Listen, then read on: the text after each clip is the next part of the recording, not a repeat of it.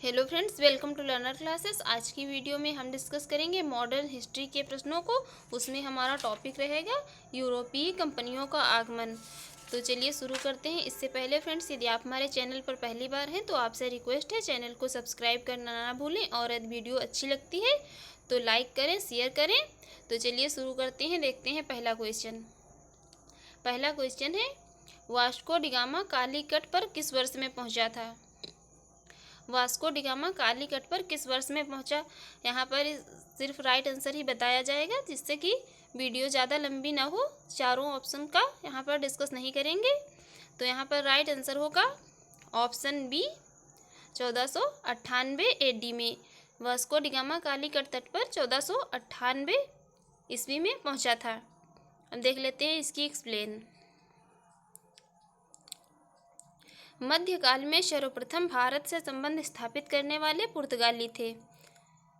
मध्यकाल में भारत से संबंध स्थापित करने वाले सर्वप्रथम कौन थे? तो वो थे पुर्तगाली। प्रथम पुर्तगाली वास्को डिगामा भारत के पश्चिमी तट पर स्थित बंदरगाह कालीकट पर 20 मई 1498 को पहुंचा था। उसने यहां पहुंचकर भारत के नए समुद्री मार्ग की खोज की। कालीकट के तत्कालीन शासक जमोरिन ने वास्को डिगामा का स्वागत किया और पुर्तगाली व्यापारियों ने भारत में कालीकट, गोवा, दमन, दीव व हुगली के बंदरगाहों में अपनी व्यापारिक कोठियां स्थापित की। 1505 ईस्वी में फ्रांसिस्को द अल्मीडा भारत में प्रथम पुर्तगाली वायसराय एवं गवर्नर बनकर आया। फ्रांसिस्को द अल्मीडा जो था, ये भारत में प्रथम पुर्तगाली वायसराय और गवर्नर बनकर आया। इसने व्यापारिक हितों के परिप्रेक्ष्य में हिंद महासागर में प्रभुत्व स्थापित कर लिया। किसने? फ्रांसिस्को दी अल्मीडा ने हिंद महासागर में अपना प्रभुत्व स्थापित कर लिया। और अल्मीडा ने ब्लू वाटर पॉलिसी, अर्थात जिसे शांत जल की नीति कहा जाता है, इसका प्रतिपादन किया। ये जो है ब्लू वाटर पॉलिसी, ये यूपीपीसीएस और आरओ या अदर एग्जाम के भी फेवरेट है। ये एग्जाम में, आने वाले एग्जाम में या पिछले एग्जाम में कई बार क्वेश्चन जो है रिपीटेड क्वेश्चन है। ब्लू वाटर पॉलिसी का प्रतिपादन किसने किया था?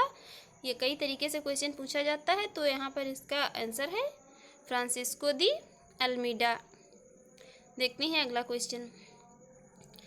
क्वेश्चन है, निम्न में से कौन नीला जल योजना अर्थात ब्लू वाटर नीति या ब्लू वाटर पॉलिसी से संबंधित है? तो यहाँ पर राइट आंसर है ऑप्शन ए, दी अल्मीडा। इसको अभी हम जस्ट डिस्कस कर चुके हैं। देखते हैं अगला क्वेश्चन है, मध्यकाल में सर्वप्रथम भारत से व्यापार संबंध स्थापित करने वाले थे। भारत से सर्वप्रथम व्यापार संबंध जो है स्थापित करने वाले थे पुर्तगाली। राइट आंसर होगा ऑप्शन डी। देखते हैं अगला है, वास्को डिगामा भारत कब पहुंचा? ये सभी क्वेश्चन आप लोग देख लीजिए कितनी बार जो है रिपीट हो रहे हैं। इसका आंसर होगा ऑप्शन सी, 1498। 20 मई 1498 को वास्को डिगामा भारत के कालीकट तट पर पहुंचा था। देखते हैं अगला क्वेश्चन क्या है। अगला क्वेश्चन है, पुर्तगाली उपनिवेश का प्रथम वायसराय भारत में कौन हुआ? पुर्तगाली उपनिवेश का प्रथम वायसराय भारत में कौन हुआ? राइट आंसर है option C, Almeida. Right answer है option C, Almeida. Francisco de Almeida जो है पुर्तगाली उपनिवेश का प्रथम वायसराय या गवर्नर बनकर भारत में आया था। देखते हैं अगला क्वेश्चन है, निम्नलिखित में से किसने वास्को डिगामा का कालीकट में स्वागत किया था? वास्को डिगामा का कालीकट तट पर किसने स्वागत किया था? तो यहाँ पर राइट आंसर है ऑप्शन सी, जमोरिन ने। उस समय वहाँ का शासक जो था वो जमोरिन था, तो उसने कालीकट तट पर वास्को डिगामा का स्वागत किया। वास्को डिगामा कालीकट तट पर 20 मई 1498 को पहुंचा था। देखते हैं अगला क्वेश्चन है, एक तरफ देश दिए हुए हैं और एक तरफ समुद्री यात्री दिए हुए हैं, सही मिलान करना है। तो Vasco da Gama Spain, Christopher Columbus Portugal, captain Cook Holland, Tasman Great Britain. Tasman जो है ग्रेट ब्रिटेन। यहाँ पर राइट आंसर होगा ऑप्शन बी, 2 1 4 3। देखते हैं इसकी एक्सप्लेन। पुर्तगाली यात्री वास्को डिगामा ने भारत के मार्ग की स्पेनी यात्री ये कोलंबस जो था ये स्पेन का यात्री था। वास्को डिगामा पुर्तगाली यात्री था, इसने भारत के मार्ग की। और जो ये स्पेनी यात्री कोलंबस था, स्पेनी यात्री कोलंबस ने अमेरिका की और ब्रिटेन के कैप्टन कुक ने ऑस्ट्रेलिया की तथा हॉलैंड के तस्मान ने वान डीमन्स लैंड वर्तमान तस्मानिया में जो है वान डीमन्स लैंड जो है वर्तमान तस्मानिया में है तथा न्यूजीलैंड की खोज की। स्पेनी यात्री कोलंबस था, इसने अमेरिका की। पुर्तगाली यात्री वास्को डिगामा था, इसने भारत की। यहाँ पर ये नहीं कहा जा सकता है कि वास्को डिगामा ने भारत की खोज नहीं की थी, बल्कि उसने भारत के मार्ग की खोज की थी, भारत के समुद्री मार्ग की खोज की थी। और ब्रिटेन के जो थे कैप्टन कुक ने ऑस्ट्रेलिया की तथा हॉलैंड के तस्मान जो थे इन्होंने वान डीमन्स लैंड जो कि वर्तमान तस्मानिया में तथा न्यूजीलैंड की खोज की थी। देखते हैं अगला क्वेश्चन। अगला क्वेश्चन है, भारत में पुर्तगाली शक्ति का वास्तविक संस्थापक कौन था? भारत में पुर्तगाली शक्ति का वास्तविक संस्थापक कौन था? यहाँ पर राइट आंसर है ऑप्शन बी, अल्बुकर्क। भारत में पुर्तगाली शक्ति का वास्तविक संस्थापक था अल्बुकर्क। भारत में पुर्तगाली शक्ति का वास्तविक संस्थापक अल्बुकर्क था। इसने 1509 से 1515 तक जो है यहाँ का गवर्नर रहा। इसने भारत में एक प्रादेशिक शक्ति के रूप में पुर्तगाली राज्य की स्थापना की। फरवरी 1510 में बीजापुर के आदिल शाही सुल्तान से गोवा को जीतना अल्बुकर्क की पहली महत्वपूर्ण उपलब्धि थी। अभी 2020 के जो है पीसीएस के एग्ज़ाम में ये क्वेश्चन स्टेटमेंट में पूछा गया था कि बीजापुर के आदिल शाह सुल्तान से गोवा को किसने जीता था या किसने छीन लिया था, तो ये अल्बुकर्क ने। गोवा की विजय ने दक्षिण पश्चिमी समुद्र तट पर पुर्तगाली नौसैनिक प्रभुत्व पर मुहर लगा दी और इसके साथ ही भारत में क्षेत्रीय पुर्तगाली राज्य की स्थापना हुई। अल्बुकर्क ने भारत में पुर्तगालियों की संख्या में वृद्धि करने एवं उनकी स्थायी बस्तियों को बसाने के उद्देश्य से पुर्तगालियों को भारतीय महिलाओं के साथ विवाह करने के लिए प्रोत्साहित किया। ये सब इसने करने के लिए जो है पुर्तगालियों को प्रोत्साहित किया, तो अल्बुकर्क ने जो है पुर्तगाली जो थे उनको भारतीय महिलाओं के साथ विवाह करने के लिए प्रोत्साहित किया। देखते हैं अगला क्वेश्चन। अगला क्वेश्चन है, भारत में यूरोपीय शक्तियों के प्रवेश के संदर्भ में निम्न में से कौन सा कथन सही नहीं है? ये नहीं वाला वर्ड हमें बहुत ध्यान से पढ़ना है, ये कई बार जो है एग्जाम में हमें ले डूबता है। भारत में यूरोपीय शक्तियों के प्रवेश के संदर्भ में निम्न में से कौन सा कथन सही नहीं है?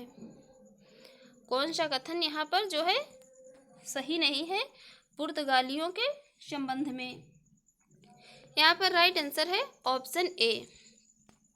यहाँ पर ऑप्शन ए यही सही नहीं है। पुर्तगालियों ने 1499 में गोवा पर कब्जा किया था। बाकी ये सारे जो स्टेटमेंट दिए हुए हैं ये सही हैं। अंग्रेजों ने अपना पहला कारखाना दक्षिण भारत में मछलीपट्टनम में लगाया था।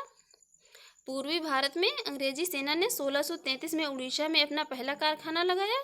डुप्ले के नेतृत्व में फ्रांसीसियों ने 1746 में मद्रास पर कब्जा कर लिया। ये सभी स्टेटमेंट करेक्ट हैं, केवल यही पहला स्टेटमेंट जो है इनकरेक्ट है। पुर्तगालियों ने 1499 में गोवा पर कब्जा किया। अब देख लेते हैं इसकी एक्सप्लेन। अभी इसको तो हम डिस्कस कर चुके थे, इसलिए इसकी एक्सप्लेन यहाँ पर दी भी नहीं है। देखते हैं अगला क्वेश्चन। अगला क्वेश्चन है, पुर्तगालियों ने भारत में निम्नलिखित में से किस स्थान पर प्रथम दुर्ग का निर्माण किया? पुर्तगालियों ने अपने प्रथम दुर्ग का निर्माण कहाँ किया था? यहाँ पर राइट आंसर है ऑप्शन सी, कोचीन में। पुर्तगालियों ने अपने प्रथम दुर्ग का निर्माण कोचीन या जिसे कोच्चि भी कहा जाता है किया था। इसकी एक्सप्लेन देख लेते हैं। पुर्तगालियों के भारत में प्रथम दुर्ग, भारत में प्रथम यूरोपीय दुर्ग, ये कोचीन में जो इन्होंने दुर्ग का निर्माण किया था ये इनका भारत में प्रथम यूरोपीय दुर्ग था। ना कि इनका प्रथम दुर्ग था। भारत में इनका प्रथम यूरोपीय दुर्ग था का निर्माण अल्फांसो द अल्बुकर्क, इस समय वह गवर्नर नहीं था। जिस समय अल्फांसो द अल्बुकर्क ने भारत में प्रथम यूरोपीय दुर्ग का निर्माण किया, इस समय वह यहाँ का गवर्नर नहीं था। 1503 में कोचीन में कराया गया। ये डेट भी याद रखिए, 1503 में कोचीन में पुर्तगालियों के प्रथम भारतीय दुर्ग का निर्माण कराया गया। किसके द्वारा? अल्फांसो द अल्बुकर्क के द्वारा। देखते हैं अगला क्वेश्चन। अगला क्वेश्चन है, किन यूरोपियों ने भारत में प्रथमतः सामुद्रिक व्यापारिक केंद्र स्थापित किए? भारत में पहली बार जो है सामुद्रिक व्यापारिक केंद्र स्थापित करने वाले थे पुर्तगाली। राइट आंसर होगा ऑप्शन सी, पुर्तगाली। राइट आंसर है ऑप्शन सी, पुर्तगाली। इसको अभी हम पहले ही डिस्कस कर चुके हैं, इसलिए यहाँ पर हम कुछ ज़्यादा इसको एक्सप्लेन नहीं करेंगे। देखते हैं अगला क्वेश्चन। अगला क्वेश्चन है, बंगाल की निम्नलिखित फैक्ट्रियों में से एक जो पुर्तगालियों द्वारा स्थापित की गई थी वह थी। बंगाल की फैक्ट्रियों में से एक कौन फैक्ट्री थी जो पुर्तगालियों द्वारा स्थापित की गई थी? यहाँ पर राइट आंसर है ऑप्शन सी, हुगली। पुर्तगालियों द्वारा हुगली में जो फैक्ट्री स्थापित की गई थी वो बंगाल की फैक्ट्रियों में से एक थी जो कि हुगली में स्थापित की गई थी पुर्तगालियों द्वारा। इसकी एक्सप्लेन देख लेते हैं। पुर्तगाली गवर्नर नीनो डी कुन्हा 1529 से 38 ईस्वी ने मद्रास के निकट सेंथोमी और बंगाल में हुगली में पुर्तगाली बस्तियां स्थापित कर दी। किसने? गवर्नर जो था नीनो डी कुन्हा, इसने 1529 से 38 में मद्रास के निकट जो है सेंथोमी और बंगाल में हुगली में पुर्तगाली बस्तियां स्थापित कर भारत के पूर्वी समुद्री तट की ओर पुर्तगाली वाणिज्य का विस्तार किया। 1534 ईस्वी में पुर्तगालियों ने बंगाल के शासक गियासुद्दीन महमूद शाह से सतगांव और चटगांव में अपनी फैक्ट्रियां स्थापित करने की अनुमति प्राप्त कर ली। बंगाल का शासक जो था गियासुद्दीन महमूद शाह से इन्होंने पुर्तगालियों ने सतगांव और चटगांव में अपनी फैक्ट्रियां स्थापित करने की अनुमति प्राप्त कर ली। इसके बाद संपूर्ण बंगाल में अनेक पुर्तगाली बस्तियों की स्थापना हो गई। चटगांव, जिसे पुर्तगाली महान बंदरगाह के रूप में अभिहित करते थे, उनके द्वारा प्रयुक्त किया जाता रहा, किंतु 16वीं सदी में सतगांव का पतन हो गया और इसका स्थान ले लिया किसने? हुगली ने। 16वीं सदी में जो है सतगांव का जो है ये पतन हो गया और इसका स्थान ले लिया हुगली ने। चिंसुरा में डचों ने गुस्त्रा व उस किले का निर्माण कराया और श्री रामपुर डेनिशों का प्रमुख केंद्र बन गया। प्रमुख केंद्र जो है श्री रामपुर किसका प्रमुख केंद्र बन गया? ये डेनिशों का प्रमुख केंद्र बन गया श्री रामपुर। देखते हैं अगला क्वेश्चन। अगला क्वेश्चन है, पौंडीचेरी वर्तमान पुडुचेरी के संदर्भ में निम्नलिखित कथनों पर विचार कीजिए। यहाँ पर 3 स्टेटमेंट दिए हैं, बताना है इनमें से कौन सा स्टेटमेंट जो है सही है। पहला स्टेटमेंट है, पौंडीचेरी पर कब्जा करने वाली पहली यूरोपीय शक्ति पुर्तगाली थे। दूसरा स्टेटमेंट है, पौंडीचेरी पर कब्जा करने वाली दूसरी यूरोपीय शक्ति फ्रांसीसी थे और अंग्रेजों ने पौंडीचेरी पर कभी कब्जा नहीं किया। यहाँ पर राइट आंसर है ऑप्शन ए, केवल एक। जो ये है पौंडीचेरी पर कब्जा करने वाली पहली यूरोपीय शक्ति पुर्तगाली थे, ये स्टेटमेंट सही है और बाकी ये दोनों स्टेटमेंट जो है इनकरेक्ट दिए हुए हैं। पौंडीचेरी पर कब्जा करने वाली दूसरी यूरोपीय शक्ति फ्रांसीसी नहीं थे और अंग्रेजों ने कभी पौंडीचेरी पर कब्जा नहीं किया। अंग्रेजों ने पौंडीचेरी में अपनी व्यापारिक कोठियाँ स्थापित की थी। देखते हैं इसकी एक्सप्लेन। पौंडीचेरी में सर्वप्रथम पुर्तगालियों ने अपना उपनिवेश स्थापित किया था। पौंडीचेरी में इसके बाद डेन्स और डचों ने अपनी व्यापारिक कोठियाँ बनाई। सबसे पहले पौंडीचेरी में पुर्तगालियों ने अपना उपनिवेश स्थापित किया। इसके बाद जो है डेन्स और डचों ने अपनी व्यापारिक कोठियाँ पौंडीचेरी में बनाई, जिसके बाद 1673 में फ्रांसीसियों ने यहाँ कब्जा किया। ये फ्रांसीसी जो है तीसरी शक्ति थे पौंडीचेरी पर कब्जा करने वाले, ना कि दूसरी स्टेटमेंट में कह रहा था दूसरी शक्ति थे। अंग्रेजों ने पौंडीचेरी पर 1793 में कब्जा कर लिया था। 1793 में अंग्रेजों ने पौंडीचेरी पर कब्जा कर लिया। फिर 1814 ईस्वी में हुई पेरिस के संधि के तहत इसे फ्रांस को सौंप दिया गया। स्टेटमेंट कह रहा था अंग्रेजों ने पौंडीचेरी पर कभी कब्जा नहीं किया, तो यहाँ पर 1814 ईस्वी में पेरिस की संधि के तहत इसे फ्रांस को सौंप दिया गया और जो है 1793 में पौंडीचेरी पर अंग्रेजों ने कब्जा कर लिया था। देखते हैं अगला क्वेश्चन। अगला क्वेश्चन है यहाँ पर, हुगली को बंगाल की खाड़ी में समुद्री लूटपाट के लिए किसने अड्डा बनाया था? हुगली को बंगाल की खाड़ी में समुद्री लूटपाट के लिए किसने अड्डा बनाया था? यहाँ पर राइट आंसर है ऑप्शन ए, पुर्तगालियों ने। हुगली को बंगाल की खाड़ी में समुद्री लूटपाट के लिए जो पुर्तगालियों ने अड्डा बनाया था, हुगली को बंगाल की खाड़ी में। इसकी एक्सप्लेन देख लेते हैं। पुर्तगालियों द्वारा हुगली को बंगाल की खाड़ी में समुद्री लूटपाट के लिए एक अड्डे के रूप में इस्तेमाल किया जाता था। देखते हैं अगला क्वेश्चन। अगला क्वेश्चन है, बंगाल की खाड़ी में समुद्री डकैती है तो हुगली का उपयोग कौन करता था?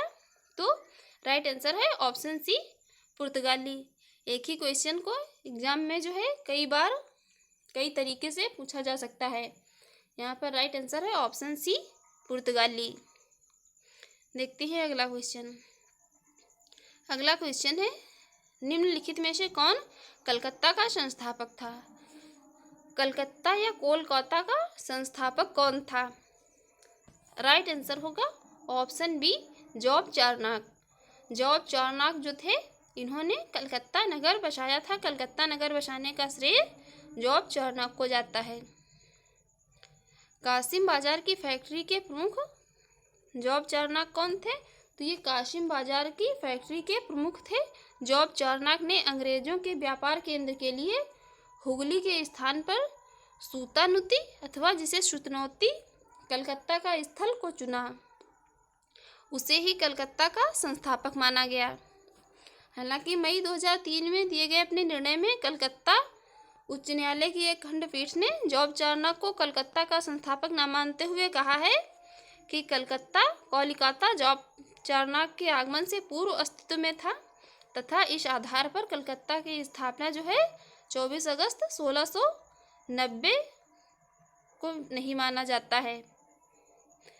ये जो है 2003 में एक निर्णय लिया गया उच्च न्यायालय के द्वारा, जिसमें कहा गया कि ये जो इनके जॉब चारनाक के आने से पहले कलकत्ता नगर जो था अस्तित्व में था। इन्होंने इसका निर्माणकर्ता इन्हें नहीं माना है। देखते हैं अगला क्वेश्चन। अगला क्वेश्चन है, कलकत्ता किसने बसाया था? तो अभी हम इसको डिस्कस कर चुके हैं। राइट आंसर होगा ऑप्शन डी, जॉब चारनाक। कलकत्ता बसाया था जॉब चारनाक ने। देखते हैं अगला क्वेश्चन। अगला क्वेश्चन है, भारत के साथ व्यापार के लिए सर्वप्रथम संयुक्त पूंजी कंपनी किन लोगों ने आरंभ की थी? भारत के साथ व्यापार के लिए सर्वप्रथम संयुक्त पूंजी कंपनी किन लोगों ने आरंभ की थी? भारत के साथ व्यापार करने के लिए जो है संयुक्त पूंजी की कंपनी किसने आरंभ की थी? यहाँ पर राइट आंसर है ऑप्शन बी, डचों ने। डचों ने भारत के साथ व्यापार के लिए सर्वप्रथम संयुक्त पूंजी कंपनी जो है डचों ने आरंभ की थी। यहाँ पर इसकी एक्सप्लेन देख लेते हैं। भारत के साथ व्यापार के लिए सर्वप्रथम संयुक्त पूंजी कंपनी भारत के साथ व्यापार के लिए सर्वप्रथम संयुक्त पूंजी कंपनी जो है 1599 में लंदन में स्थापित अंग्रेजी East India Company the governor and company of merchant of London trading into the East Indies थी। कंपनी का नाम था the governor and company of merchant of London trading into the East Indies. इसके बाद 1602 में डच जो कि Holland के थे, संसद द्वारा पारित प्रस्ताव से एक संयुक्त डच ईस्ट इंडिया कंपनी की स्थापना हुई। विकल्प में जो है ब्रिटेन नहीं दिया हुआ है, इसलिए यहाँ पर right answer option B, Dutch है। देखते हैं अगला क्वेश्चन। कई बार हमारा आंसर जो है इसके ऑप्शन पर भी डिपेंड करता है कि ऑप्शन में क्या दिया हुआ है। निम्नलिखित कथनों में से कौन सा एक सही है? निम्नलिखित कथनों में से कौन सा एक कथन सही है? 4 स्टेटमेंट दिए हैं, इनमें से पूछा गया है जो ये कौन सा स्टेटमेंट सही नहीं है। आधुनिक कोच्चि भारत की स्वतंत्रता तक डच उपनिवेश था। डचों ने पुर्तगालियों को पराजित किया और आधुनिक कोच्चि में उन्होंने फोर्ट विलियम्स का निर्माण किया। आधुनिक कोच्चि पहले डच उपनिवेश था जिस पर बाद में पुर्तगालियों का अधिकार हो गया। आधुनिक कोच्चि कभी भी ब्रिटिश उपनिवेश का भाग नहीं था। इसमें से कौन सा स्टेटमेंट जो है सही है? यहाँ पर राइट आंसर है option B. Option B right answer है। डचों ने पुर्तगालियों को पराजित किया और आधुनिक कोच्चि में उन्होंने फोर्ट विलियम का निर्माण किया। देखते हैं अगला क्वेश्चन। अगला क्वेश्चन है यहाँ पर, भारत में ईस्ट इंडिया कंपनी की सफलता का राज था। भारत में ईस्ट इंडिया कंपनी की सफलता का राज था। यहाँ पर राइट आंसर है ऑप्शन डी, उपर्युक्त तीनों। भारत में ईस्ट इंडिया कंपनी की सफलता के ये सभी राज थे। भारत में राष्ट्रीय भावना की कमी थी। उस समय जो है ये भारत में राष्ट्रीय भावना की कमी थी और कंपनी सेना को पश्चिमी प्रशिक्षण मिला था तथा उनके पास आधुनिक हथियार थे। भारतीय सैनिकों में राष्ट्रीय भावना का अभाव था तथा जिसके फलस्वरूप कोई भी उन्हें जो है अच्छा वेतन नहीं दे अपनी सेवा में लगा सकता था। भारतीय सैनिकों में राष्ट्रीय भावना का अभाव था जिसके फलस्वरूप जो है कोई भी उनको अच्छा वेतन देकर अपनी जो है सेना में और अपनी सेवा में लगा सकता था। तो यहाँ पर ये सभी ईस्ट इंडिया कंपनी की सफलता का उस समय राज थे। इसी कारण जो है इन्हीं सब कारणों से भारत में ईस्ट इंडिया कंपनी ने इतने सालों तक शासन किया और इतने सालों तक जो है भारत को लूटा। देखते हैं अगला क्वेश्चन। यहाँ पर इसकी एक्सप्लेन देख लेते हैं।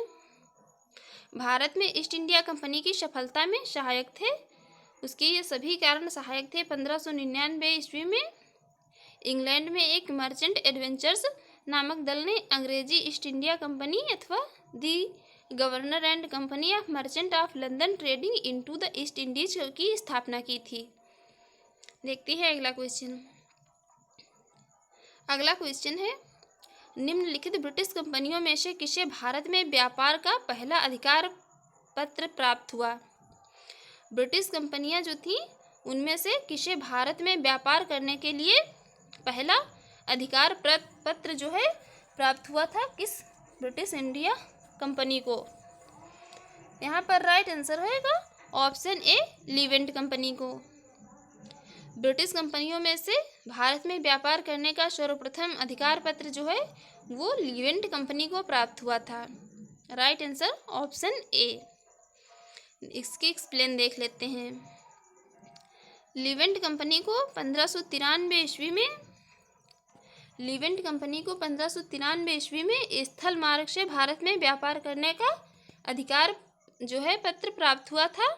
ये भी थोड़ा माइंड में रखना है कि किस मार्ग से, कहीं पर अगर स्टेटमेंट में समुद्री मार्ग से दे दे तो नहीं, स्थल मार्ग से जो है व्यापार करने का अधिकार इन्हें प्राप्त हुआ था लीवेंट कंपनी को। 31 दिसंबर 1600 को महारानी एलिजाबेथ ने the governor and company of merchants of London trading into the East Indies को समुद्री मार्ग से ईस्ट इंडीज के साथ व्यापार करने का पहला अधिकार पत्र प्रदान किया। 1702 में इसे न्यू कंपनी तथा महारानी इन्हीं के साथ मिलकर एक त्रिपक्षीय इकरारनामा किया गया, जिसके तहत जो है पुरानी कंपनी 7 साल के भीतर खुद को बंद कर देगी तथा 1709 में दोनों कंपनियों ने मिलकर एक नया नाम United company of merchant of England trading into the East Indies के रूप में जो है अपने व्यापार को बढ़ाएगी और अपनी सामान्यता ईस्ट इंडिया कंपनी के नाम से प्रसिद्ध हुई। यह कंपनी जो है ये United company of merchants of England trading into the East Indies जो थी ये ईस्ट इंडिया कंपनी के नाम से प्रसिद्ध हुई। देखते हैं अगला क्वेश्चन। अगला क्वेश्चन है, लंदन में ब्रिटिश ईस्ट इंडिया कंपनी के गठन के समय उस समय भारत का निम्नलिखित में से कौन बादशाह था? लंदन में ब्रिटिश ईस्ट इंडिया कंपनी के गठन के समय भारत का निम्नलिखित में से कौन बादशाह था?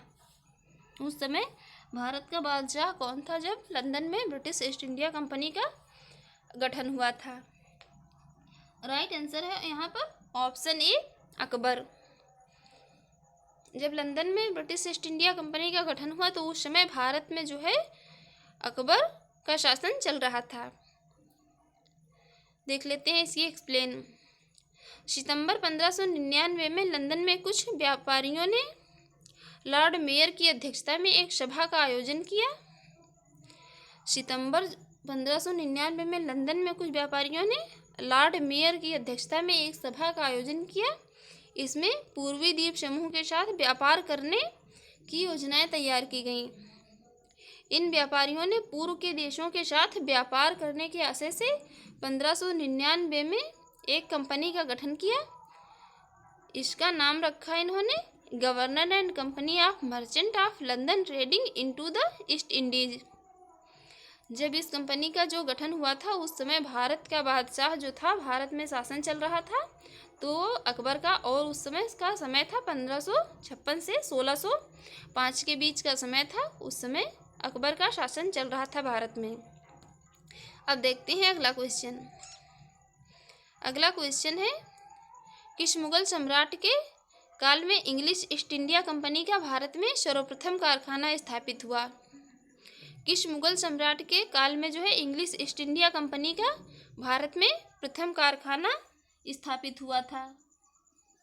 यहाँ पर राइट आंसर है option B, Jahangir. Option B, Jahangir. English East India Company का भारत में प्रथम कारखाना जो है ये जहांगीर के शासन काल में स्थापित हुआ। भारत में जब ये ईस्ट इंडिया कंपनी का प्रथम कारखाना स्थापित हुआ था तो उस समय मुगल सम्राट जो था इसका जहांगीर का शासन चल रहा था। इसकी एक्सप्लेन देख लेते हैं। जहांगीर के शासनकाल में इंग्लिश ईस्ट इंडिया कंपनी ने सर्वप्रथम 1611 में मछलीपट्टनम में एक अस्थायी कारखाना स्थापित किया। 1611 में जो है मसूलीपट्टनम अथवा मछलीपट्टनम जिसे कभी कहा जाता है, शायद उन्हें ये मछलीपट्टनम कहने में दिक्कत महसूस होती होगी इसलिए उन्होंने मसूलीपट्टनम कहा था। अंग्रेजों ने एक अस्थायी कारखाना स्थापित किया। 1613 ईस्वी में सूरत में स्थापित कारखाना अंग्रेजों का प्रथम स्थायी कारखाना था। क्वेश्चन ये भी बन सकता है अंग्रेजों का प्रथम स्थायी कारखाना कौन सा था? तो 1613 में जो सूरत में कारखाना स्थापित किया गया अंग्रेजों का वो इनका प्रथम स्थायी कारखाना था। और ये जो मसूलीपट्टनम और मछलीपट्टनम में इनके कारखाने स्थापित हुए 1611 में ये अस्थायी थे। देखते हैं अगला क्वेश्चन। अगला क्वेश्चन है, भारत में 1613 ईस्वी में अंग्रेजों ने अपनी पहली फैक्ट्री कहाँ स्थापित की? भारत में 1613 में अंग्रेजों ने अपनी फैक्ट्री जो है अपनी पहली फैक्ट्री कहाँ स्थापित की? तो यहाँ पर राइट आंसर है ऑप्शन डी। 1613 में अंग्रेजों ने सूरत में अपनी पहली जो है स्थायी फैक्ट्री स्थापित की। ये जो सूरत में थी ये इनकी पहली स्थायी फैक्ट्री थी। ये अभी इसको यहाँ पर हम एक्सप्लेन कर चुके हैं। देखते हैं अगला क्वेश्चन। यहाँ इसकी एक्सप्लेन देख लेते हैं। कैप्टन विलियम हॉकिंस सूरत से मुगल दरबार 1608 में पहुंचा। कैप्टन विलियम हॉकिंस जो था ये सूरत से मुगल दरबार 1608 में पहुंचा, किंतु सूरत में फैक्ट्री की स्थापना की अनुमति पाने में सफल नहीं हो सका। जो कैप्टन विलियम हॉकिंस था ये मुगल दरबार में 1608 में जहांगीर के पास गया था सूरत में अपनी फैक्ट्री की स्थापना करने के लिए, किंतु जो है ये इसमें सफल नहीं हो सका, ये अनुमति नहीं पा सका सूरत में अपनी फैक्ट्री की स्थापना करने के लिए। 1608 में ये पहुंचा था किसके? मुगल दरबार जहांगीर के काल में। 1611 ईस्वी में जो है पुर्तगालियों के विरोध में के बावजूद कैप्टन मिडल्टन सूरत के समीप स्वालल्ली पहुंचा और मुगल गवर्नर से वहां व्यापार करने की अनुमति पाने में सफल हो गया। पुर्तगालियों ने इसका विरोध किया इसके व्यापार करने का, किंतु वह जो है मुगल गवर्नर से वहाँ व्यापार करने की अनुमति पाने में सफल हो गया। कैप्टन थॉमस वेस्ट द्वारा सूरत के बंदरगाह की विजय ने पुर्तगाली एकाधिकार की निरंतरता को भंग किया तथा अंग्रेजों ने सूरत में 1613 ईस्वी में स्थायी रूप से एक फैक्ट्री स्थापित की।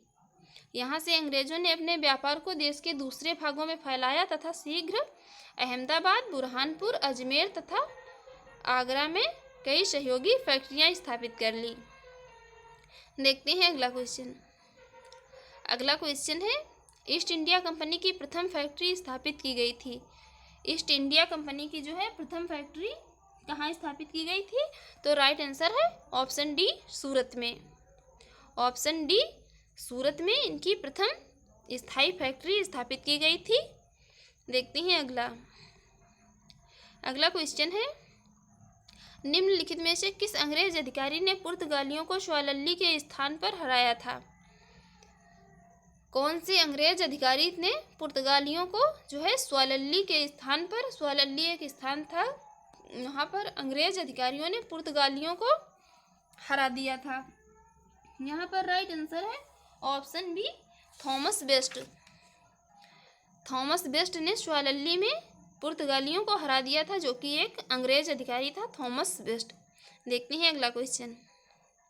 अगला क्वेश्चन है यहाँ पर, निम्नलिखित यूरोपीय व्यापारिक कंपनियों में से किसने सूरत में सर्वप्रथम अपना कारखाना स्थापित किया? तो राइट आंसर है ऑप्शन बी, अंग्रेजों ने। अंग्रेजों ने सूरत में अपना पहला स्थायी कारखाना स्थापित किया था। इसको अभी हम सब डिस्कस कर चुके हैं, इसलिए यहाँ पर टाइम ज़्यादा नहीं वेस्ट करेंगे। देखते हैं अगला question.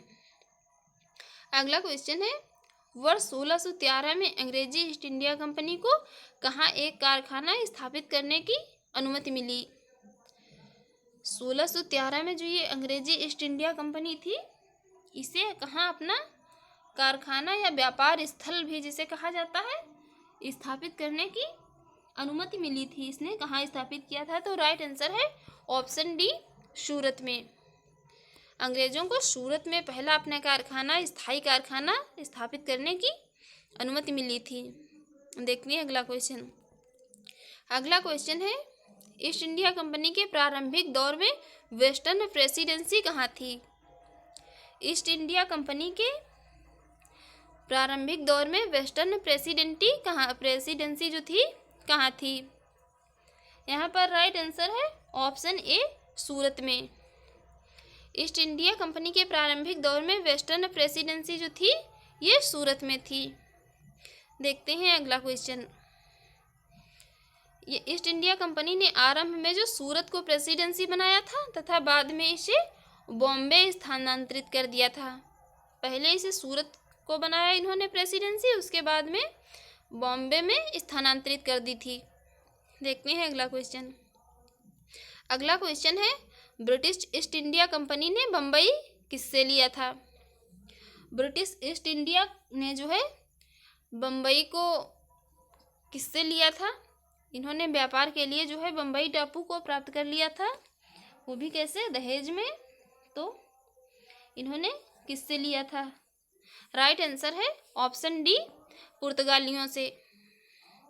British east India company ने जो है बम्बई पुर्तगालियों से प्राप्त कर लिया था, वो भी दहेज में। यहाँ तो और लोग जो है गाड़ी और पैसा ही प्राप्त कर पाते हैं, इन्होंने बम्बई टापू को ही प्राप्त कर लिया था।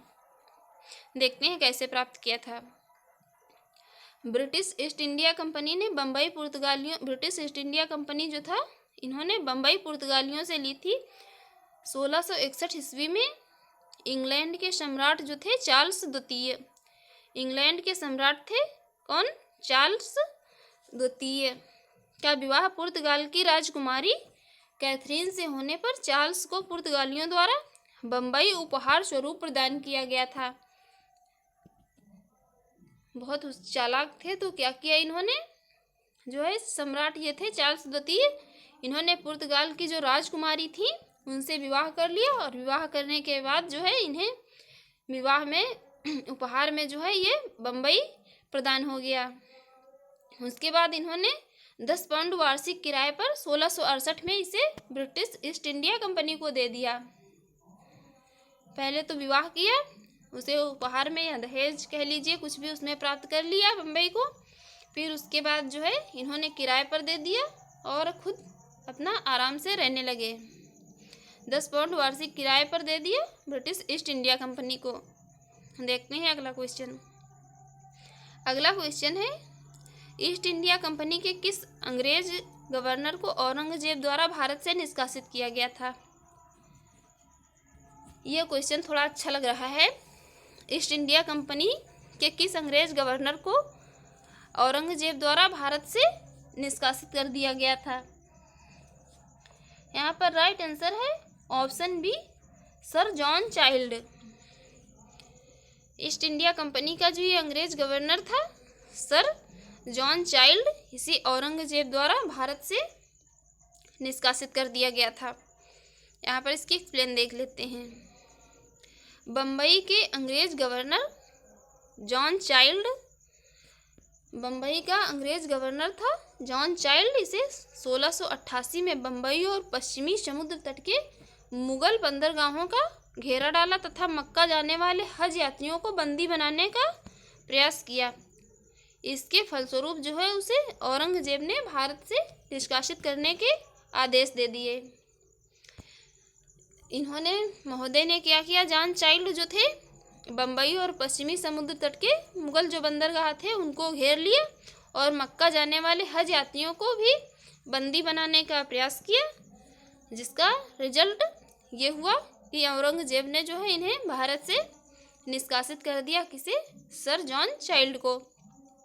मुगल शासक और औरंगजेब के सामने उसे विवश होना पड़ा और अंत में उसे माफ़ी भी मांगनी पड़ी। देखते हैं अगला क्वेश्चन। अगला क्वेश्चन है, निम्नलिखित में से प्रथम कर्नाटक युद्ध का कौन सा तात्कालिक कारण था?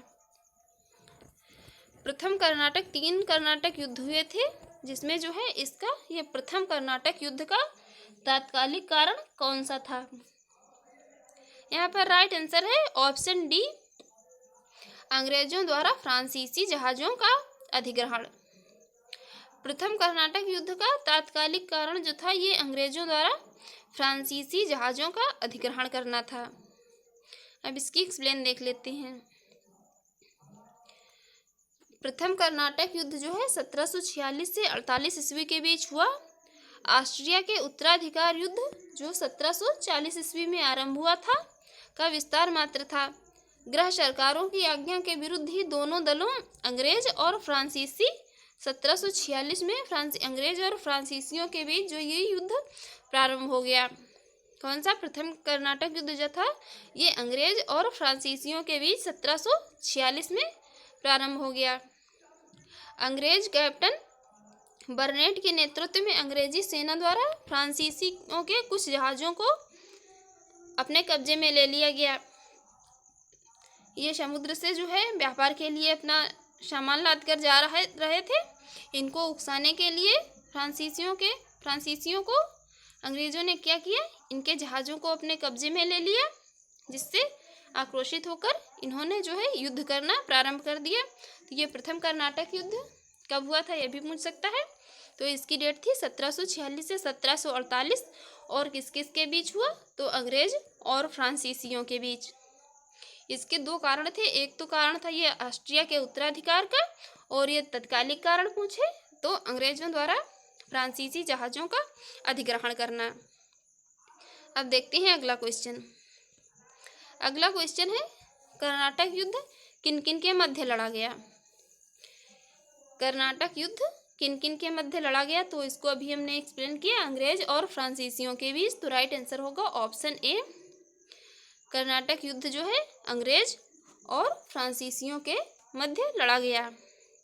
देखते हैं अगला। अगला है यहाँ पर 2 सूचियाँ दी हुई हैं और उनको सुमेलित करना है।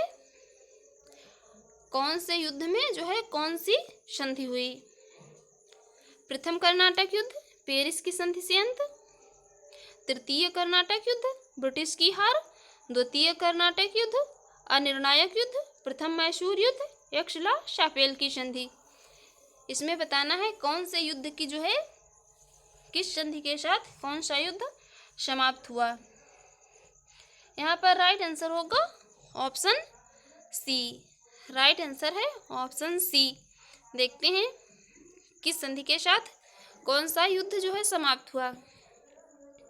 प्रथम कर्नाटक युद्ध जो था, ये प्रथम कर्नाटक युद्ध एक्सला-शापेल की संधि के अंत के साथ समाप्त हुआ। प्रथम कर्नाटक युद्ध जो 1746 से 48 तक रहा, इसमें एक्सला-शापेल की संधि हुई। और तृतीय कर्नाटक युद्ध, ये पेरिस की संधि से इसका अंत हुआ तृतीय कर्नाटक युद्ध का। द्वितीय कर्नाटक युद्ध, ये एक अनिर्णायक युद्ध था। प्रथम मैसूर युद्ध, इसमें ब्रिटिश की हार हुई प्रथम मैसूर युद्ध में। देखते हैं अगला यहाँ पर दिया है, बताना है इसमें से कौन सा सही सुमेलित नहीं है। इसमें युद्ध दिए हुए हैं और उनकी डेट उनके सामने दी हुई है, बताना है कौन सा सही सुमेलित नहीं है। पहला है कर्नाटक का प्रथम युद्ध 1746 से 1748। कर्नाटक का द्वितीय युद्ध 1750 से 1752। कर्नाटक का तृतीय युद्ध 1758 से 1763 और पानीपत का तृतीय युद्ध 1761। इसमें बताना है कौन सा जो है सही सुमेलित नहीं है। कौन सा यहाँ पर सही सुमेलित नहीं है। यहाँ पर राइट आंसर है ऑप्शन बी, कर्नाटक का द्वितीय युद्ध 1750 से 1752। यही सही सुमेलित नहीं है, बाकी सभी सही सुमेलित हैं। ये कर्नाटक का जो ये द्वितीय युद्ध था, ये 1750 से लेकर 1752 इसकी डेट नहीं थी, बल्कि इसकी डेट थी 1749 से लेकर 1754। और बाकी ये सभी सही सुमेलित हैं। कर्नाटक का प्रथम युद्ध 1746 से 1748, कर्नाटक का तृतीय युद्ध 1758 से 1763 और पानीपत का तृतीय युद्ध 1761। आप लोग कमेंट में बताइए पानीपत का जो है प्रथम युद्ध कब हुआ था और किस किस के बीच हुआ था, कमेंट बॉक्स में बताएं। देखते हैं इसकी एक्सप्लेन। कर्नाटक का प्रथम युद्ध 1746 से 1748, कर्नाटक का द्वितीय युद्ध 1749 से 1754 और कर्नाटक का तृतीय युद्ध 1758 से 1763 और पानीपत का तृतीय युद्ध जो है ये 1761 में हुआ था। ये कर्नाटक युद्ध जो थे भारत में अंग्रेजों और फ्रांसीसियों के बीच लड़े गए थे। कौन से कर्नाटक युद्ध, जो तीन कर्नाटक युद्ध जो थे ये अंग्रेजों और फ्रांसीसियों के बीच भारत में लड़े गए थे। देखते हैं अगला क्वेश्चन। अगला क्वेश्चन है, निम्नलिखित में से कौन सा प्रथम यूरोपियन व्यक्ति था। कौन सा प्रथम यूरोपियन व्यक्ति था जिसने भू क्षेत्र अर्जित करने के उद्देश्य से भारतीय राजाओं के झगड़ों में भाग लेने की नीति आरंभ की। ऐसा कौन सा पहला यूरोपियन व्यक्ति था जिसने भू क्षेत्र जो है अर्जित करने के उद्देश्य से भारतीय राजाओं के झगड़ों में भाग लेने की नीति आरंभ की। ऐसा करने वाला ये कौन सा यूरोपियन व्यक्ति था। यहाँ पर राइट आंसर है option B, Dupleix. Right answer है ऑप्शन बी, डुप्ले। ये ऐसा करने वाला प्रथम व्यक्ति जो था डुप्ले था, यूरोपियन व्यक्ति। इसने भू क्षेत्र अर्जित करने के उद्देश्य से भारतीय राजाओं के झगड़ों में जो है भाग लेने की नीति आरंभ की थी डुप्ले ने। इसकी एक्सप्लेन देख लेते हैं। डुप्ले ने पहली बार इन हथकंडों का भारत में प्रयोग किया था, जो भारत को जीतने के लिए अंग्रेजों के मार्गदर्शक बने। डुप्ले प्रथम यूरोपियन था जिसने भू क्षेत्र अर्जित करने के उद्देश्य से भारतीय राजाओं के झगड़ों में भाग लेने की नीति आरंभ की। यह डुप्ले ही था जिसने पहली बार यूरोपीय सेना को भारतीय राज दरबारों में भारतीय व्यय पर नियुक्त करवाया था। ये डुप्ले जो था इसने पहली बार यूरोपीय सेना को भारतीय राज दरबारों में भारतीय व्यय पर नियुक्त करवा दिया। सेना तो जो थी, व्यक्ति जो सेना में थे वो यूरोपीय थे, उनको इसने नियुक्त कहाँ करवा दिया, भारतीय राज दरबारों में। और उनको वेतन कौन देता था, जो भारतीय राज दरबारों के द्वारा ही उन्हें वेतन दिया जाता था। अभी इसकी एक्सप्लेन और देख लेते हैं। जिसने पहली बार यूरोपीय हितों के लिए भारतीय राजनीति में हस्तक्षेप किया। जो डुप्ले था इसने यूरोपीय हितों के लिए जो है पहली बार भारतीय राजनीति में हस्तक्षेप किया तथा भारत में यूरोपीय साम्राज्य की नींव रखी। क्वेश्चन ये भी बन सकता है, यूरोपीय साम्राज्य की नींव किसने रखी? तो यूरोपीय साम्राज्य की जो नींव है भारत में, ये डुप्ले ने रखी। उसके बारे में जीबी मालेसन जो मालेसन ने लिखा है, डुप्ले के बारे में जीबी मालेसन ने लिखा, उसकी योजनाओं का प्रभाव उसके जाने के पश्चात भी रहा। डुप्ले के बारे में ये जीबी मालेसन ने लिखा कि इसकी योजनाओं का प्रभाव उसके जाने के पश्चात भी रहा। वह भूमि जिसे अपनी सूझबूझ से जोता तथा उर्वर बनाया गया, और वह क्षमता जो उसने दर्शाई उसके लौटने के तुरंत पश्चात उसके प्रतिद्वंदियों ने उपयोग कर ली और उससे अत्यधिक लाभ उठाया। जो ये इसने क्षमता जो उसने अपनी दर्शाई थी, किसने? डुप्ले ने, उसके जो है लौटने के तुरंत बाद उसने उसके प्रतिद्वंदियों ने वही नीति अपनाई और उसी नीति से उन्होंने उसका अधिक लाभ उठाया। देखते हैं अगला क्वेश्चन। अगला क्वेश्चन है, भारत में फ्रांसीसियों ने अपना सबसे पहला कारखाना निम्न स्थानों में से कहाँ लगाया? भारत में जो है फ्रांसीसियों द्वारा अपना सबसे पहला कारखाना कहाँ लगाया गया?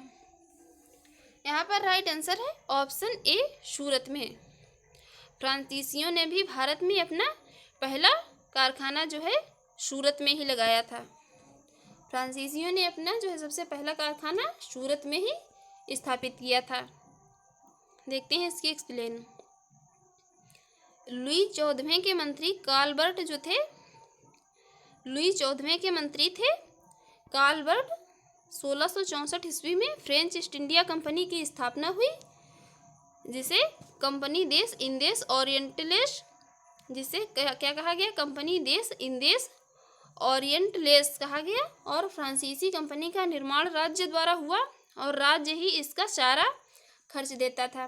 1667 ईस्वी में फ्रांसिस कैरो के नेतृत्व में एक अभियान दल भारत के लिए रवाना हुआ। कब?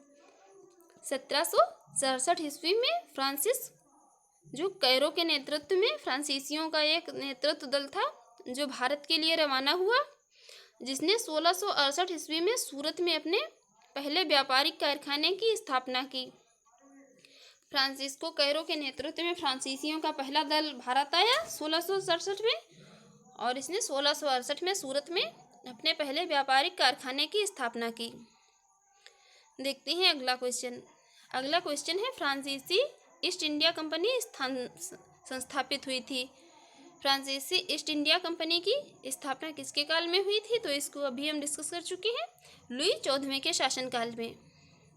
लुई 14वें के शासनकाल में फ्रांसीसी ईस्ट इंडिया कंपनी की स्थापना हुई।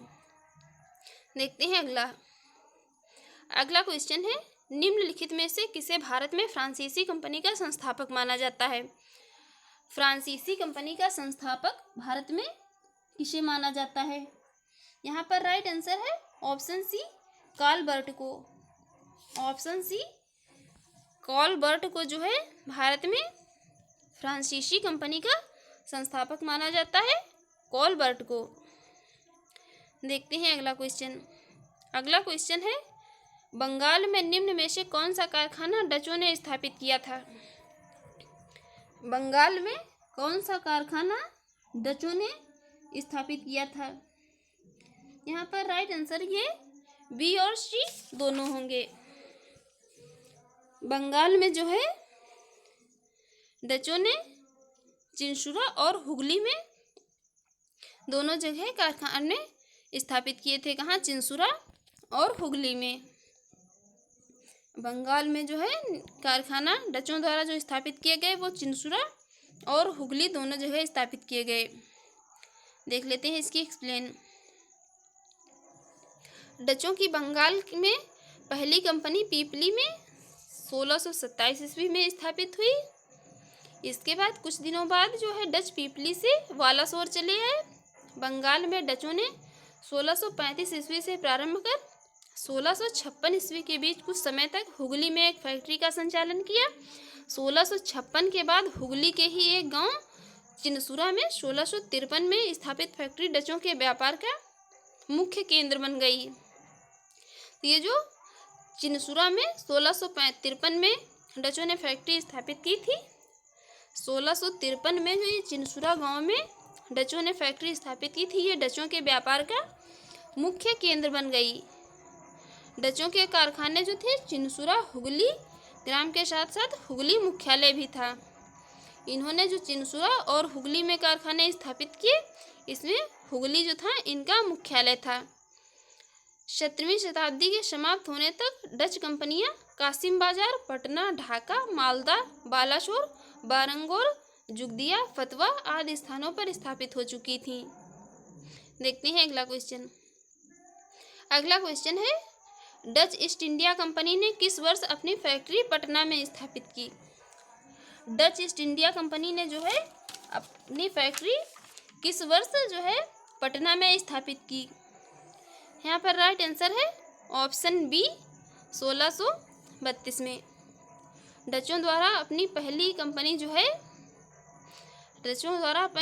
कंपनी की पटना में स्थापना 1632 ईस्वी में की गई।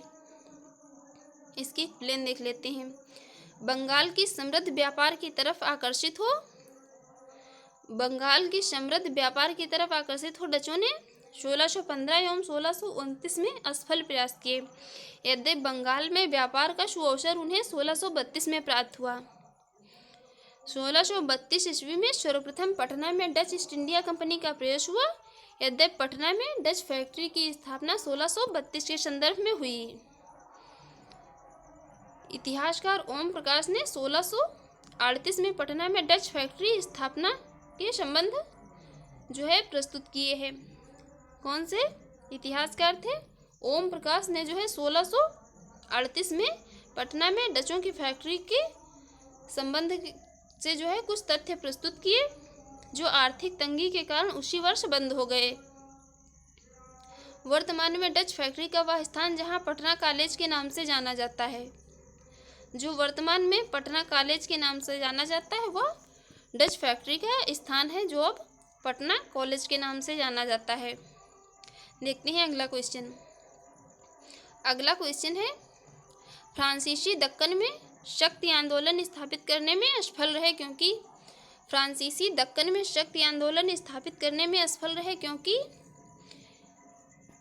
किस कारण से वो फ्रांसीसी जो थे दक्कन में अपनी शक्ति स्थापित करने में असफल रहे, वो वहाँ क्यों सफल नहीं हो सके?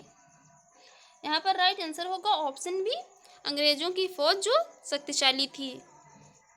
फ्रांसीसी दक्कन में शक्ति स्थापित करने में इसी कारण अक्षम रहे क्योंकि वहाँ पर जो डुप्ले ये सेनापति नहीं था, ये नहीं है ऑप्शन राइट आंसर है ऑप्शन बी, अंग्रेजों की फौज जो थी शक्तिशाली थी। डुप्ले तो एक बहुत जो है सक्षम और कूटनीतिज्ञ था। डुप्ले को कूटनीतिज्ञ भी कहा जाता है। ये कहाँ से सही हो जाएगा कि डुप्ले सक्षम सेनापति नहीं था। अंग्रेजों की फौज जो थी वो दक्कन में बहुत शक्तिशाली थी। इसकी एक्सप्लेन देख लेते हैं। फ्रांसीसियों की पराजय का एक मुख्य कारण उनकी कमज़ोर नौसेना थी। उस समय जो फ्रांसीसियों की नौसेना थी वो कमज़ोर थी, यही इनकी पराजय का जो है मुख्य कारण बन गया। वॉल्टेयर के अनुसार ऑस्ट्रिया के उत्तराधिकारी युद्ध के समय जो ऑस्ट्रिया में उत्तराधिकार हो रहा था, उस उत्तराधिकारी युद्ध के समय फ्रांस की जलशक्ति का इतना ह्रास हुआ कि सप्तवर्षीय युद्ध के समय उनके पास एक भी जलपोत नहीं था। ये जो फ्रांस की जलशक्ति थी, फ्रांस की नौसेना थी, सप्तवर्षीय युद्ध हुआ, उसके बाद सप्तवर्षीय युद्ध के समय इनके पास एक भी जलपोत नहीं था। दूसरी ओर जो अंग्रेजों की सेना थी वो बहुत शक्तिशाली थी। इनके पास जो फ्रांसीसियों के पास तो एक जलपोत भी नहीं था, यानी कि पानी वाला जहाज जो जल जहाज कहा जाता है इस समय, वो भी नहीं था इनके पास एक, तो ये वहाँ जाते कैसे? और अंग्रेजों की सेना जो थी वो एक शक्तिशाली सेना थी। देखते हैं अगला क्वेश्चन। अगला क्वेश्चन है यहाँ पर, निम्न यूरोपीय शक्तियों ने भारतीय व्यापार में किस समय पर प्रवेश किया? जो है इनका सही क्रम बताना है, इन्होंने किस सही क्रम में प्रवेश किया। ये सभी यूरोपीय थे और इन्होंने भारत में किस सीरियल से प्रवेश किया? कौन पहले आया, कौन फिर उसके बाद आया, फिर उसके बाद जो है कौन आया? यहाँ पर राइट आंसर है ऑप्शन बी। ऑप्शन बी है यहाँ पर राइट आंसर। सबसे पहले पुर्तगाली, उसके बाद डच, फिर उसके बाद अंग्रेज और फ्रांसीसी जो थे ये सबसे बाद में आए थे। ये तीसरे नंबर पर, सबसे पहले पुर्तगाली, फिर डच, फिर अंग्रेज, फिर फ्रांसीसी। राइट आंसर होगा ऑप्शन बी। देखते हैं इनका जो है ये सही क्रम कुछ इसी प्रकार से है। अंग्रेज, डच, फ्रांसीसी, पुर्तगीज तथा डेन। भारत में यूरोपीय शक्तियों के आगमन का क्रम जो है ये कुछ इस प्रकार है। अंग्रेज, डच और फ्रांसीसी। ये यहाँ पर भारतीय व्यापार में इनके जो है आने का क्रम और इनकी कोठियों का स्थापना जो है, इनकी भारत में जो है यूरोपीय शक्तियाँ जो थीं इनकी कोठियों की स्थापना कुछ पहले हो गई थी और इनकी बस्तियाँ जो है कुछ बाद में बसी थी, तो इसलिए इनका ये क्रम बदल जाता है। सबसे पहले जो, इसीलिए यहाँ पर ये जो है भारतीय व्यापार में पूछा जा रहा है, भारतीय व्यापार में समय समय पर प्रवेश पूछा जा रहा है, इसलिए यहाँ पर राइट आंसर होगा ऑप्शन बी। और ये जो है इन शक्तियों के आगमन का क्रम है तो ये कुछ इस प्रकार होगा। सबसे पहले अंग्रेज आए थे भारत में, अंग्रेजों की बस्तियां बसी, उसके बाद डच, फिर फ्रांसीसी, फिर पुर्तगाली और फिर डेन। और जो इनके ये व्यापार का समय था तो ये सबसे पहले पुर्तगाली, फिर डच, फिर अंग्रेज और फिर फ्रांसीसी। देखते हैं अगला क्वेश्चन। अगला क्वेश्चन है, यहाँ पर दो सूचियाँ दी हुई हैं, उनको सही मिलाना है। Pondicherry Dutch, Goa French, Travancore Portuguese या Madras Danish. Madras Danish, Pondicherry Dutch, Goa French, Travancore Portuguese और मद्रास जो है ये डेनिश या डेन। यहाँ पर राइट आंसर होगा option A. Option A right answer होगा। देखते हैं इसकी एक्सप्लेन। सही सुमेलन इनका कुछ इस प्रकार है। Pondicherry French, Goa Portuguese, Travancore Danish या डेन और मद्रास जो है ये डच। देखते हैं अगला क्वेश्चन। अगला क्वेश्चन है यहाँ पर, उस क्षेत्र की पहचान करें जहाँ से यूरोप वासियों को सर्वोत्तम सोरा और अफीम प्राप्त होता था। यूरोपियों को जो है सर्वोत्तम सोरा और अफीम कहाँ से प्राप्त होता था? तो यहाँ पर राइट आंसर होगा ऑप्शन ए, बिहार से। यूरोपियों को सर्वोत्तम सोरा और अफीम प्राप्त होता था, वह स्थान था बिहार। यूरोपियों को सर्वोत्तम सोरा और अफीम बिहार से प्राप्त होता था। देखते हैं अगला क्वेश्चन। अगला क्वेश्चन है, अंग्रेजी शासनकाल में भारत का कौन सा क्षेत्र अफीम उत्पादन हेतु प्रसिद्ध था? राइट आंसर है ऑप्शन ए, बिहार। अंग्रेजी शासनकाल में जो है अफीम उत्पादन के लिए प्रसिद्ध था बिहार। देखते हैं अगला क्वेश्चन। अगला क्वेश्चन है यहाँ पर, निम्नलिखित यूरोपियों में से कौन सा एक स्वतंत्रता पूर्व भारत में व्यापारी के रूप में सबसे अंत में आए? कौन यूरोपीय ऐसे थे जो स्वतंत्रता पूर्व भारत में व्यापारी के रूप में सबसे अंत में आए? सबसे पहले आने वाले तो थे कौन? पुर्तगाली। लेकिन यहाँ पर पूछ रहा है जो है सबसे अंत में कौन आए? राइट आंसर होगा यहाँ पर ऑप्शन सी, फ्रांसीसी। राइट आंसर होगा ऑप्शन सी, फ्रांसीसी सबसे अंत में आए थे। कौन? तो ये फ्रांसीसी। 16वीं 17वीं शताब्दी में यूरोप के अनेक राष्ट्रों के व्यापारी समय समय पर व्यापार के उद्देश्य से भारत में आए। इन यूरोपियों में सबसे पहले कौन आया? तो ये 1498 में पुर्तगाली, 1605 ईस्वी में डच, 1608 में अंग्रेज तथा 1664 में फ्रांसीसियों का आगमन हुआ। ये इनका जो है व्यापार के लिए आने का क्रम है और इनकी बस्तियों के बसने का क्रम कुछ अलग है। देखते हैं अगला क्वेश्चन।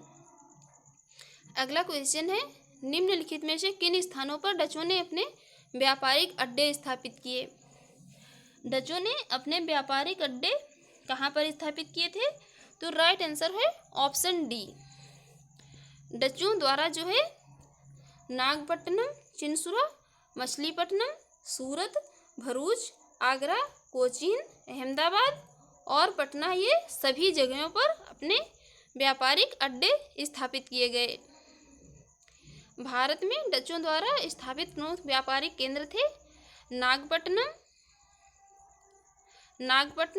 चिंसुरा, मछलीपट्टनम या मसूलीपट्टनम, सूरत, भरूच, आगरा, कोचीन, अहमदाबाद तथा पटना। देखते हैं अगला क्वेश्चन। अगला क्वेश्चन है यहाँ पर, निम्नलिखित कथनों पर विचार कीजिए। 3 स्टेटमेंट दिए हैं और यहाँ पर बताना है अंग्रेजों की भारत को क्या देन थी। पहला स्टेटमेंट है मृदा के स्वरूप तथा उपज के गुणों के आधार पर भूमि राजस्व का मूल्यांकन। सेकेंड स्टेटमेंट है युद्ध में चलती फिरती तोपों का उपयोग। और थर्ड स्टेटमेंट है तंबाकू और लाल मिर्च। तंबाकू और लाल मिर्च, तो ये जो है ये तंबाकू अंग्रेजों की देन नहीं थी, ये थी पुर्तगालियों की। तो ये स्टेटमेंट तो बिल्कुल ही इनकरेक्ट हो जाता है। तंबाकू और लाल मिर्च क्या ये अंग्रेजों की देन नहीं थी, ये थी पुर्तगालियों की। यहाँ पर राइट आंसर होगा ऑप्शन डी। ये जो है कोई भी स्टेटमेंट सही नहीं है। ये इनमें से कुछ भी जो है भारत में अंग्रेजों की देन नहीं थी, ये सभी अंग्रेजों के आने से पहले से हैं। इसके एक्सप्लेन देखते हैं यहाँ पर। मृदा के स्वरूप तथा उपज के गुणों के आधार पर भूमि राजस्व का मूल्यांकन अंग्रेजों के पूर्व शेर शाह सूरी तथा अकबर के द्वारा किया गया था। ये जो मृदा के स्वरूप तथा उपज के गुणों का आधार पर भूमि राजस्व का मूल्यांकन अंग्रेजों से पहले का है, जिसमें जो है शेर शाह सूरी तथा अकबर के द्वारा किया जा चुका था। भारत में तंबाकू और लाल मिर्च की खेती जो है ये सब है किसकी देन, पुर्तगालियों की, जो भारत में पहली बार व्यापार के लिए आए थे। चलती फिरती तोपों का प्रचलन जो है मुगल काल से था। ये चलती फिरती तोपें हैं, इनका प्रचलन मुगल काल से था। अकबर के आयुध निर्माण खाने में तमाम प्रकार की बड़ी छोटी तोपें थी। तो ये जो है इनमें से कोई भी भारत को अंग्रेजों की देन नहीं थी। देखते हैं अगला क्वेश्चन। अगला क्वेश्चन है किसने ईस्ट इंडिया कंपनी के बारे में यह टिप्पणी की कि कंपनी एक असंगत है, परंतु यह उस व्यवस्था का भाग है जहां सब कुछ ही असंगत है। ये स्टेटमेंट जो है किसने दिया कि कंपनी एक असंगत है परंतु यह उस व्यवस्था का भाग है जहां सब कुछ ही असंगत है, ऐसा कहने वाला कौन था? राइट आंसर है यहाँ पर जी.बी. मैकाले। ये स्टेटमेंट देने वाले थे जी.बी. मैकाले। इसकी एक्सप्लेन देख लेते हैं। लॉर्ड मैकाले ब्रिटेन का राजनीतिक कवि तथा इतिहासकार था। जो है लॉर्ड मैकाले कौन था? तो ये एक ब्रिटेन का राजनीतिक कवि तथा इतिहासकार था। 1834 से 1838 तक वह भारत की सुप्रीम काउंसिल में लॉ मेंबर तथा लॉ कमीशन का प्रधान रहा। प्रसिद्ध दंड विधान ग्रंथ दी इंडियन पीनल कोड की जो है पांडुलिपि ने इसी ने तैयार की थी। ये जो है प्रसिद्ध दंड विधान ग्रंथ दी इंडियन पीनल कोड की पांडुलिपि जो है ये इसी ने तैयार की थी। किसने? Lord Macaulay. लॉर्ड मैकाले ये ब्रिटेन का राजनीतिक तथा कवि था। ये पांडुलिपि इसी ने तैयार की थी। अंग्रेजों को भारत की सरकारी भाषा तथा शिक्षा का माध्यम और यूरोपीय साहित्य, दर्शन तथा विज्ञान को भारतीय शिक्षा का लक्ष्य बनाने में इसकी महत्वपूर्ण भूमिका थी। ईस्ट इंडिया कंपनी की नीतियों पर टिप्पणी करते हुए मैकाले ने कहा था कि कंपनी एक असंगत है परंतु यह उस व्यवस्था का भाग है जहां सब कुछ ही असंगत है। देखते हैं अगला क्वेश्चन। अगला क्वेश्चन है यक्षला शापेल से दिया हुआ है, जो कि ये कर्नाटक युद्ध से संबंधित थी। यहाँ पर 2 स्टेटमेंट बताना है कौन सा सही है। यक्षला शापेल 1748, प्रथम कर्नाटक युद्ध की समाप्ति और अंग्रेजों को मद्रास पुनः प्राप्त। यहाँ पर राइट आंसर होगा ऑप्शन सी। 1 और 2 दोनों स्टेटमेंट जो हैं सही हैं। यक्षला शापेल की संधि के समय जो है यक्षला शापेल की संधि के साथ प्रथम कर्नाटक युद्ध की समाप्ति भी हुई थी और अंग्रेजों को जो है ये मद्रास पुनः प्राप्त हो गया था। तो यहाँ पर राइट आंसर होगा ऑप्शन सी। ये अभी हम सब पिछले वीडियो में ही अभी पहले ही क्वेश्चन में डिस्कस कर चुके हैं, इसलिए यहाँ पर इसको डिस्कस नहीं करेंगे। देखते हैं अगला क्वेश्चन। अगला क्वेश्चन है यहाँ पर, भारत में अंग्रेजों की सफलता तथा फ्रांसीसियों की असफलता के कारण के संदर्भ में निम्न कथनों पर विचार कीजिए, कौन से सही है। भारत में जो अंग्रेजों की सफलता तथा फ्रांसीसियों की असफलता है, इसके दो स्टेटमेंट दिए हुए हैं, इसमें बताना है कौन से इसके सही कारण है। अंग्रेजों को बंगाल विजय से अपार धन एवं जनशक्ति का मिलना, अंग्रेजों की बेहतर नौसैनिक ताकत, अंग्रेजों को बंगाल विजय से अपार धन एवं जनशक्ति का मिलना, अंग्रेजों की सफलता का क्या ये कारण है, या ये कारण है अंग्रेजों की बेहतर नौसैनिक ताकत। यहाँ पर राइट आंसर होगा ऑप्शन सी दोनों। राइट आंसर है ऑप्शन सी दोनों। ये जो है दोनों इसके कारण थे। अंग्रेजों की सफलता के ये दोनों कारण थे कि उन्हें अपार धन व जनशक्ति का मिलना, और अंग्रेजों की जो है बेहतर नौसैनिक व्यवस्था तो थी ही। फ्रेंड्स, यदि आपको हमारी वीडियो अच्छी लगी हो और आपके लिए यूजफुल रही हो तो प्लीज़ आप हमारे चैनल को सब्सक्राइब करना ना भूलें और वीडियो को लाइक करें, शेयर करें।